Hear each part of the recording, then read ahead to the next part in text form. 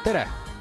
Oleme jõudnud Saue noortekeskusesse ja täna lähme uurime, kuidas ja mismoodi on läinud noortekeskusel see aasta.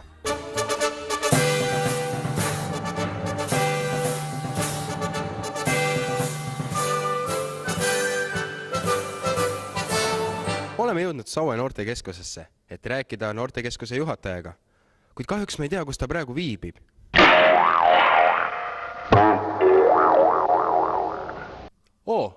Vabandage, teie seal. Kas te teate, kus asub noortekeskuse juhataja? Tere, mina olen Kristi Saue noortekeskuse juhataja. Väga meeldiv. Kas me saaksime paar sõna vestelda? Ikka, muidugi. Nagu näha, tulite te siit lae alt ja see ongi küsimus, et kas siin peale rippumise ja ronimisega midagi muud ka teha saab? No ikka saab. Maja on suur ja võimalusi on palju. Et selline seiklussport ja matkasport on meil on ainult üks haru. Meil toimetab täitsa matkaklubi. Lisaks matkaklubile on meil veel mitu erinevat huviringi.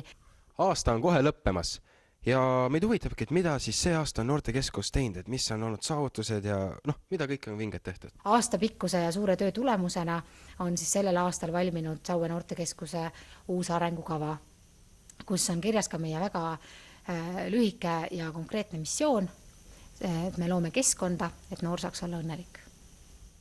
Selge, suur aitäh!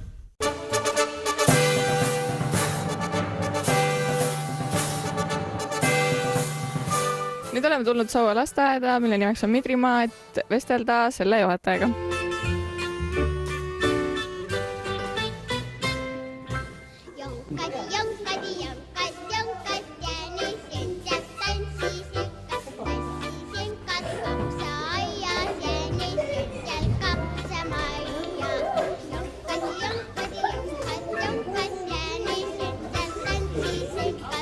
Nüüd oleme jõudnud Saue lasteaeda, et vestelda lasteaia juhataja Anne Teedammega.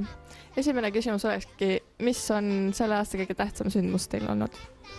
Sest tegelikult plaanis ei olnud, et me suureneme. See selgus alles märtsikuus, et on lasteaile kohti vaja ja et linnavalitsus võttis vastu otsuse, et lasteaiale tuleb veel juurde moodulid. Mida te ootate uuelt aastalt?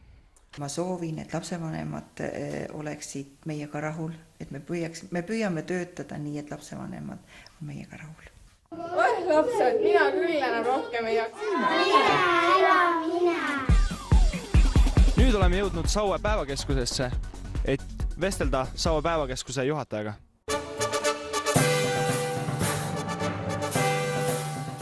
Mida põnevat olete te teinud see aasta päevakeskuses? Et näiteks üks päris uus algatus, see aasta oli meil elukestva õppenädal, sellel on küll selline keeruline ja mitte kõige ahvatlevam pealkiri, aga sisu oli tore. Me käisime Malle Leisi ja Ülle Ullaga kohtumas, me arutasime järgmise aasta reise ja siis meil oli viktoriin ja ristsõnade lahendamine, aga meil on muidu ka kogu aeg huvitavad asjad, me käime jätkuvalt Eesti kirikutes. Millised plaanid on teil tulevikuks? Järgmise aasta alguseks tuleb üks hästi põnev reis, see on Petseri Pihkva Mihhailovskoja ja seal muu hulgas peaksid meie rahvatantsijad ka esinema. No näiteks ma loodan, et see reis läheks meil hästi korda, sest ma ise loodan sellest reisist palju.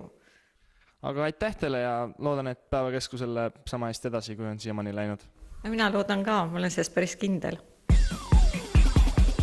Nüüd oleme tulnud külla Saue linnavarahaldusjuhatajale Tõnu Urvale.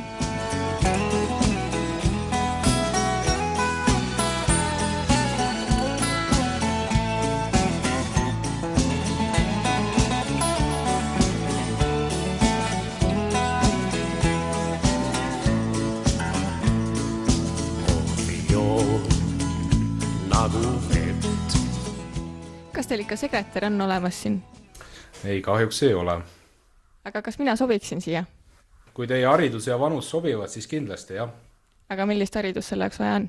No hea oleks, kui oleks vähemalt inimesel keskharidus ja oleks ka lõpetanud sekretäri kursused. Mis põnevat on see aasta teie töös juhtunud? Kõige põnevam või õigemini pingelisem on olnud lasteaia köögiremondiga seotud tööd, mis pidid täpselt 12. augustiks valmis olema ja 11. augusti õhtul me veel tegime seal koos lasteaiatöötajatega kõik koos tööd, et 12. augustil oleks köögiplokk avatud ja lapsed saaksid ilusti süüa, et see oli kõige põnevam ja nii-öelda pingelisem. ja mida te ootate uuelt aastalt? Uuelt aastalt ootan ikka uusi väljakutseid ja uusi objekte, ehitusi. Millal saab Saue gümnaasiumi pooleli olev juurdeehituse osa valmis? No kõigi eelduste kohaselt peaks ta ikkagi käesoleva aasta lõpuks valmis saama, et hoiame pöidlaid, et see ka nii läheb. Aga ma soovin siis teile teie tööga edu. Aitäh teile ja lõpetage ilusti kool ära ja siis tulge meie konkursile sekretäriks.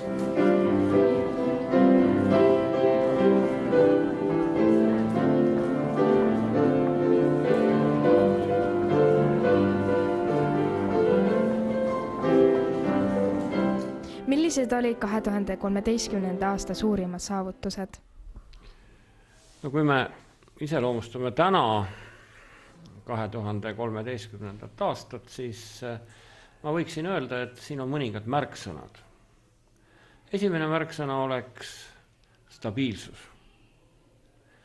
Teine märksõna Saue gümnaasiumi ja muusikakooli laiendus. Nüüd eelmist õppeaastat iseloomustaks veel kindlasti meie esimene siis filmifestival, mille me siin majas meie õpetajatega koostöös läbi viisime. Siis iseloomustab seda kindlasti ka esimene Saue teatrifestival ja kus oli osalejaid ka piisavalt. Millised on tulevikuplaanid 2014. aastal Saue gümnaasiumis? No mina arvan küll, et Saue linn väärib oma gümnaasiumit, väärib sellist kooli, see on täistsükli kooli 1. klassist 12. klassini, huvitatud õpetajaid, kes tooksid tagasi kooli aineringid nendele õpilastele, kes tahaksid rohkem teada saada, kes oleksid rohkem huvitatud tegutsemisest ka ainetunni väliselt, et siis nende kaudu kasvatada meie tulevast edukat gümnaasiumi õpilast.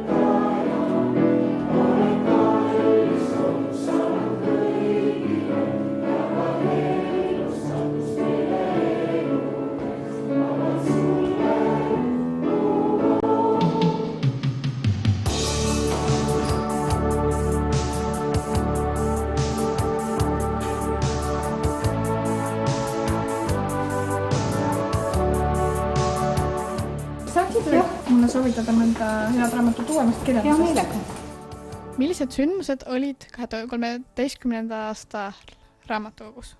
Suuremaid üritusi oli meil Saue gümnaasiumi vene keele õpetaja Krivorutška siilide kollektsiooni näitus. Temas käisid seda nii lasteaia lapsed kui ka gümnaasiumi õpilased. Väga tore on meil koostöö Saue kodu-uurimisseltsinguga.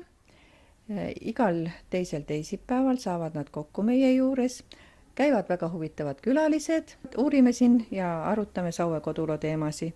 Väljas oli näitus Saue sünnipäevaks, Saue saamine, linna loomine, kus kohalik rahvas võis saada palju informatsiooni meie Saue linna eelnevate aastate kohta.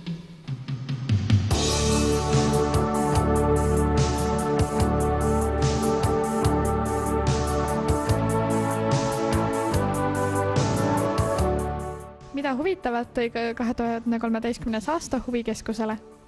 see oli huvikeskusel väga tore aasta, sellepärast et me oleme siin nüüd oma ilusas heledas kunstiklassis, mida me oleme kaua oodanud ja sellega on rahul nii meie õpilased kui õpetajad kui täiskasvanud, kes siin käivad, sest tegelikult selles ruumis antakse õpetust päris paljudele inimestele, 80 õpilast ja 40 täiskasvanud, kes iga nädal siin saab õppida keraamikat ja joonistamist ja maalimist ja meisterdamist ja tekstiilikunsti.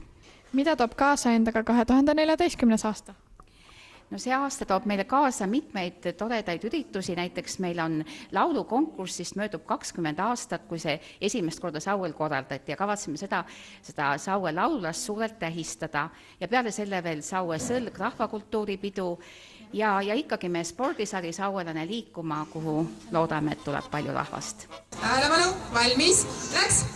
Ma pole pehme tordimees, vaid olen ehtne spordimees, löön palli pea ja jalaga ja kui on tarvis sabaga. Hüppab pall, kuigi jalgu pole all, lendab pall, kuigi tiibu pole tal.